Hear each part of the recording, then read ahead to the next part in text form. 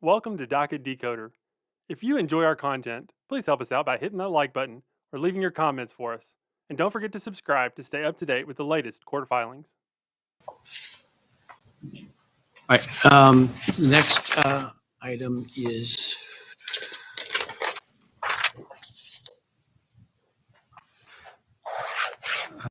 the demonstrative evidence.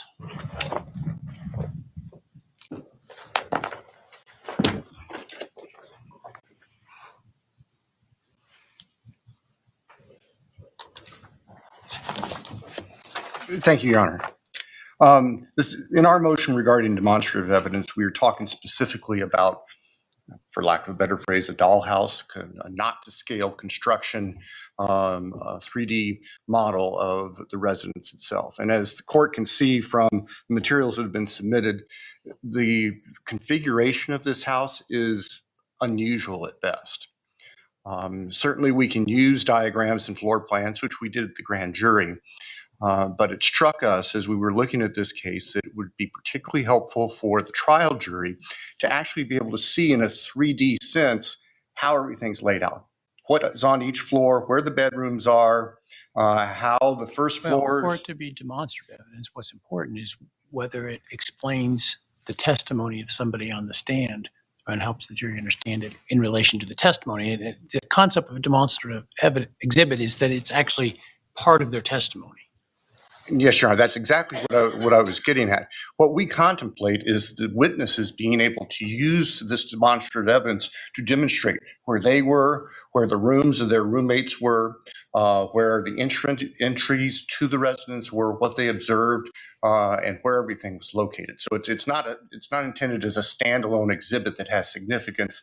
It's only a tool for the witnesses, not just the roommates, but the responding officers, the officers who investigated the crime scene, to point out to the jury where in this three-story structure certain things were that they observed.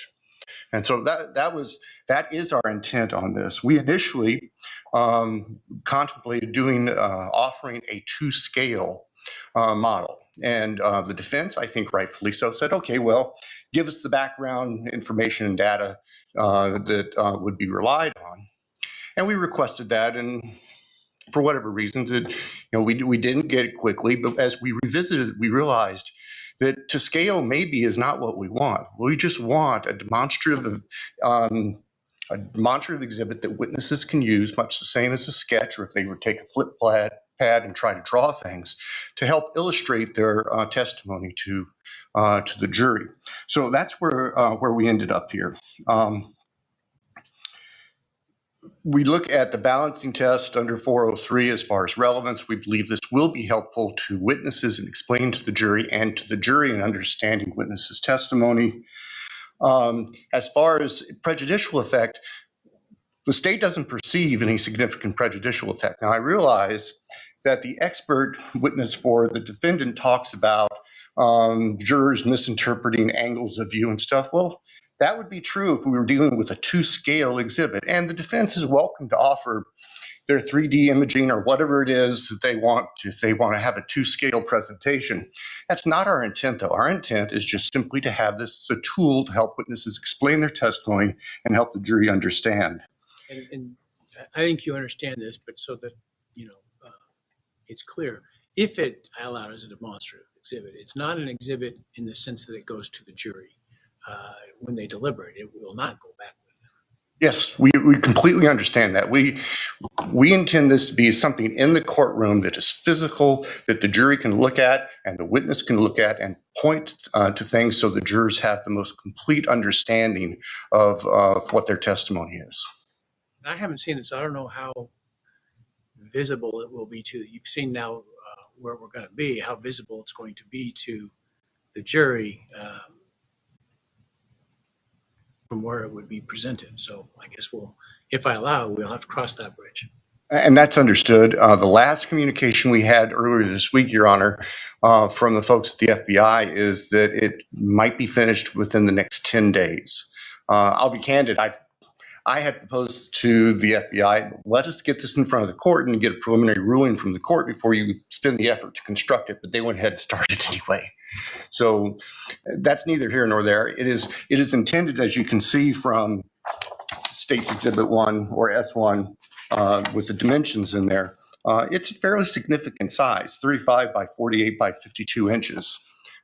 So the idea of making it big enough so the jurors can see it's out in the floor in the well, and they can actually see how things are constructed and arranged.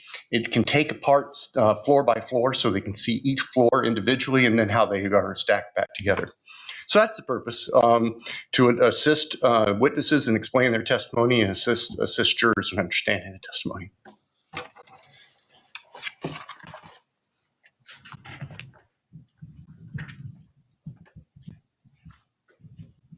Your Honor, we request that you exclude the state from using this dollhouse model, as is everything we're talking about here today. We're talking about Mr. Kohberger's constitutional rights, and we're talking about the rules of evidence. In this case, though, Your Honor, this goes beyond that. This is something that came up in 2023, the fall of 2023.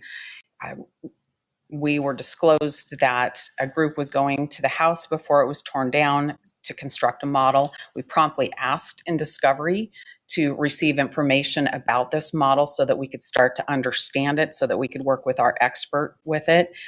And it wasn't until 2025 that we get more information about this.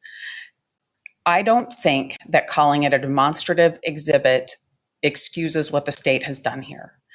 The state said they didn't have any of the materials. They didn't come forth with them. Their date to be done with discovery came and went. Their date for their expert disclosures in December came and went. Demonstrative exhibits in trials are typically not brought to light in terms of being shown until oftentimes during trial itself.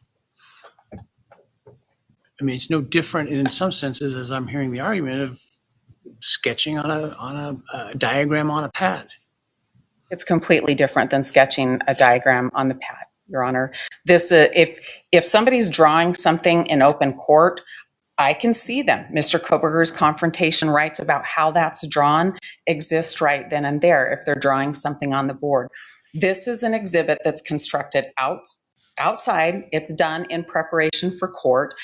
There were experts that took the 3D imaging to make this. There were photographs that were taken to make this. There's a process to construct this and to take it from to scale, which might have made some sense because things would be there where they're supposed to be. And by things, I mean walls, I mean doorways, I mean angles of hallways, I mean lines of sight. Those things would be there where they were supposed to be if we were doing this to scale. But to not do that and call it a demonstrative exhibit so they don't have to tell us about it is really misleading to the jury. And there's a lot of danger for the jury to be completely confused by that. I don't think this change excuses what the state did to sit on this information and wait until the last minute when we don't have any ability to investigate it or to look at it. You had access to the house, right? No. What, to the old house? Yes, but not to what they're doing now. But you had the ability to create your own models, to do your own measurements, to come to an understanding of the layout. Absolutely, we did. What we don't have the ability to do now is to test the state's model before it gets in front of a jury, before different witnesses use the state's model to say, this is where I was and this is what I could see. If a doorway's just off, the line of sight is just off. That can be completely misleading to the jury. This is an unfair surprise to Mr. Kohberger. To have this come in and have the jury look at this, it's not a PowerPoint. It's not a drawing on the board. This is going to be this big 3D model that's going to be pushed around the courtroom. It's going to draw the jurors' attention. They're going to put a lot of emphasis on it. A demonstrative exhibit that may or may not be accurate, that may have the walls and the lines in the right place or the wrong place, that won't have depictions of furniture or the way the house really existed that night. And the jury can place great weight on that. And it might not be actual. It could skew the testimony. It could skew the truth. And that's really important in this case. Where cross-examination comes in.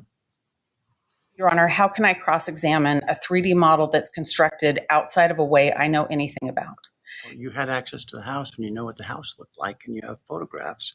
I do have those things. But if there's a slight shift in this 3D model, it's going to be more difficult to depict that.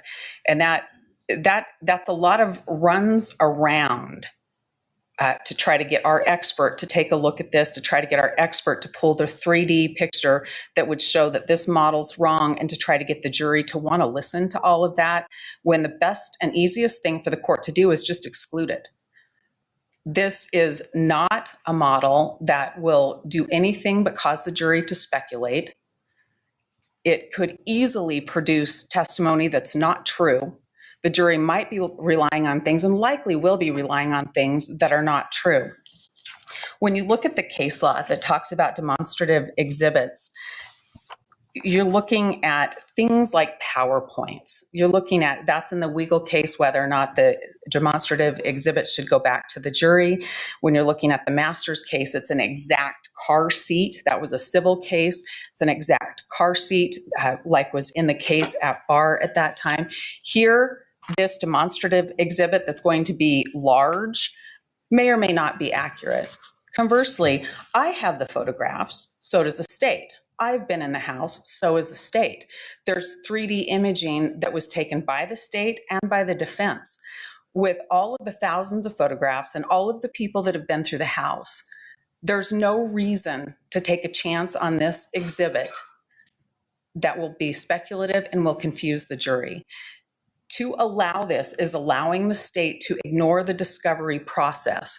They're just slapping a new label on this model and saying it's not to scale, so we don't have to disclose anything to you. To allow them to rename this is a violation of Mr. Kohberger's constitutional rights to due process and a fair trial. This should absolutely not be allowed. Mr. Kohberger we have done everything we can to be apprised of what the state's going to do, and at the last minute to pull this out after we've asked in discovery for this and to label it a demonstrative exhibit, Your Honor, that just can't happen if Mr. Kohberger is to have a fair trial and if his due process rights are to be adhered to. We strongly object and ask the court to order this excluded. The 3D, or in the I don't know if it's LiDAR or what they use, the 3D information. I'm sorry, Your Honor. You have the laser information, As of March 4th or 5th, I think that we did receive that. We sent that to our expert. He wrote a declaration in support of our objection to this, to let you know how long it would take him to do the work necessary to even measure this, and then he'd need an on-site visit for this. And if the court allows it, that's what we have to do. But the court should be well aware that when the state does these kinds of things, these things mean taking their time and throwing things out long after deadlines come. There's a ripple effect that happens. We have to work with our expert. The expert has to carve out time in his schedule. We have to take time to understand what's happened and figure out how to respond to it. We are very close to trial, and those deadlines are important for a reason. All of the stacking up of things like this at the last minute outside of the deadline set by the court and outside of the rules further prejudice Mr. Kohberger and his ability to have effective assistance of counsel at trial.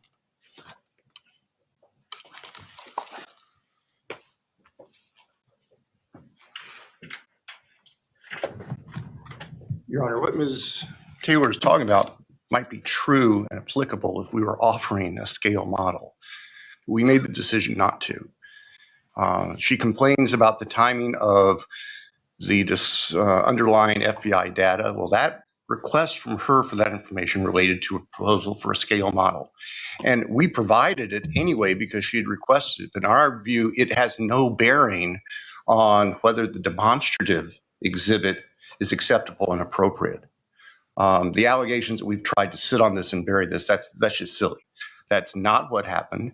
We provided the information we received as soon as we received it. It was processed. I don't think that the defendant can point to anything to say otherwise than that. It's just simply a demonstrative 3D model to help the witnesses explain their testimony and help the jurors to understand the testimony. That's all we're asking for. Thank you.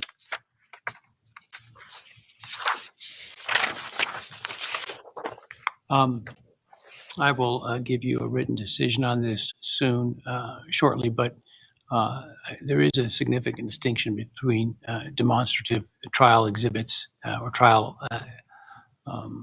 models, charts, things of that nature, and attempts to use things for evidentiary value in and of themselves. The more complex, it's not particularly different than a drawing by a witness or something of that. It's not uncommon to get these very close to trial. Defense counsel has had access to the house, could have done its own diagramming if it had wanted to. It has now the information on the, I'm just going to call it the laser or LiDAR modeling measurements, whatever that was done by the FBI. It's April. Trial is starts in August. I think there's plenty of time for the defense to respond to an item that is not actual evidence. It is simply part of testimony that will be forthcoming at trial, and will not go to the jury. Jury will not have it in its presence when it deliberates. I don't see, frankly, the concern with respect to the use of a model in a case like this. So I'm going to allow it. The state will make it available to the defense prior to the pretrial conference, and sooner if it doesn't sound like it's complete yet, but as soon as it's done, and certainly as quickly as possible. And like I say, it's not going to be allowed for evidentiary value. It will be a part of the testimony. Whoever testifies is going to have to testify that it helps explain their testimony and that it's consistent with their observations. That's subject to cross-examination by counsel if there are problems with the model in terms of view lines and things of that nature that they were able to put together through their own visits, through their own studies, through their own opportunities, including through their experts if they want to.